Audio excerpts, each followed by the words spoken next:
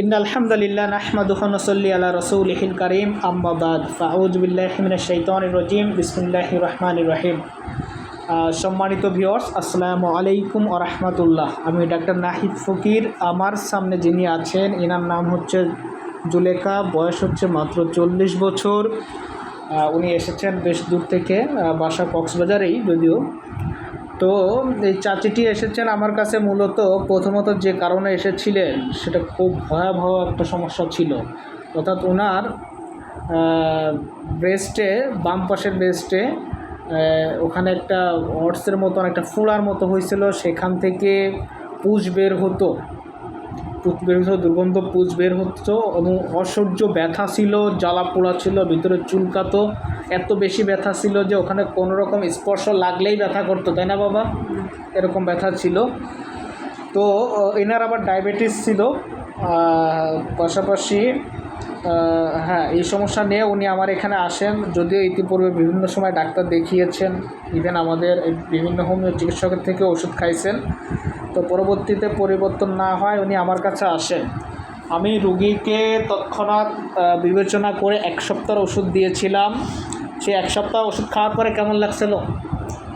ভালো লাগছিল। তারপরে উনি এসে দ্বিতীয় মেয়াদে আবার 1 সপ্তাহের ওষুধ নিয়ে গেছিল। নেওয়ার পরে কেমন লাগছিল?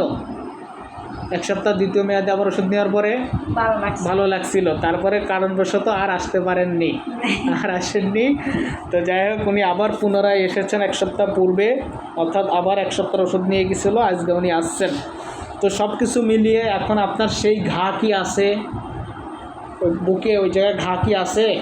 স্তনে যে ঘা ছিল, মানে যে পুঁজ হতো, ঘা হতো, এটা কি আছে? আর এটা নেই না, একটা এই 2-3টা করিয়া দানার দিকটা ছেলে আছে, এইগুলো ব্যথা করে বলছে। আচ্ছা, ওটা একটু ব্যথা করতেছে, দানা একটু বেরোচ্ছে না? আচ্ছা, আগের সেই পুঁজ তো আর এখন বেরোচ্ছে না? আগের সেই ঘা তো আর নেই এখন, ওইটা তো ভরে আসছে, ভরে আইছে না? আগে তো ওখানে ডিপ ছিল, মনে হয়েছে মাংস উঠায় নিয়ে গেছে, এরকম ছিল দেখতে, বিভৎস।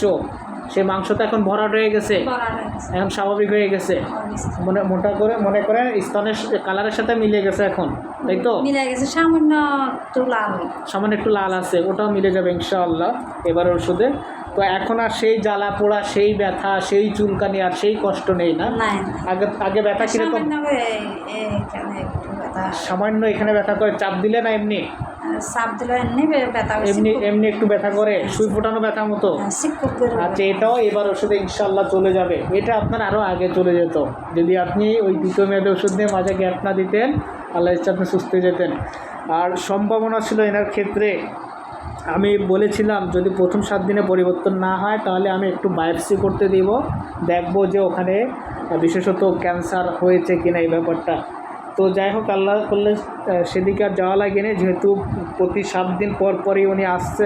প্রথম 2 সপ্তাহ যখন আসছে তখন ফলো আপ দেখেছি, অনেক ভালো পেয়েছেন এবং ভালো পেয়ে আর উনি গাফিলতাবশত আর আসেনি। তো এখন আবার যেহেতু আসছে, একটু সমস্যা ছিল, এটার জন্য ওষুধ দিয়ে দিচ্ছি আল্লাহর ইচ্ছায়। এখনও অনেক বেশি ভালো আছেন। তো মোটামুটি বাকি যে সমস্যা আছে এটুকুও চলে যাবে ইনশাআল্লাহ। আল্লাহ আপনাকে খুব কম সময়ের মধ্যে বেশ পরিবর্তন নিয়ে আসছে। তো এখন আমার চিকিৎসা নিয়ে আপনারা খুশি? আপনি খুশি? আচ্ছা, তো বেশি বেশি শুকরিয়া কার জন্য? আল্লাহ সুবহানাহু ওয়া তাআলার জন্য। তিনি চেয়েছেন, এই জন্য আপনি সুস্থ হয়েছেন।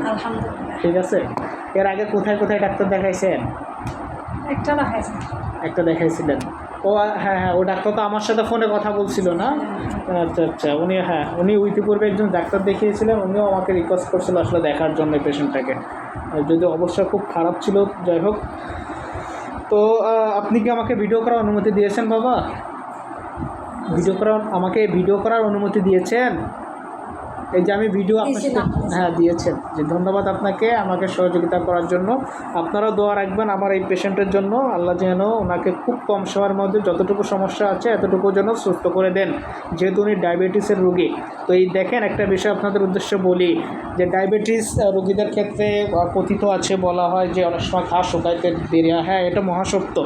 তবে একই সাথে যদি আপনি ক্লাসিক্যাল পদ্ধতিতে হোমিওপ্যাথি চিকিৎসা করেন এবং ডোজটা যদি সঠিকভাবে সমন্বয় করে রোগীকে দেন, রোগ অবস্থা বিবেচনা করে, দেখবেন যে ঘা বা পুজ এগুলা খুব কম সময়ের মধ্যে আল্লাহ চাহে তো ক্লিয়ার হয়ে যাবে ইনশাআল্লাহ। তো যাই হোক, ধন্যবাদ আপনাকে আমাকে সহযোগিতা করার জন্য।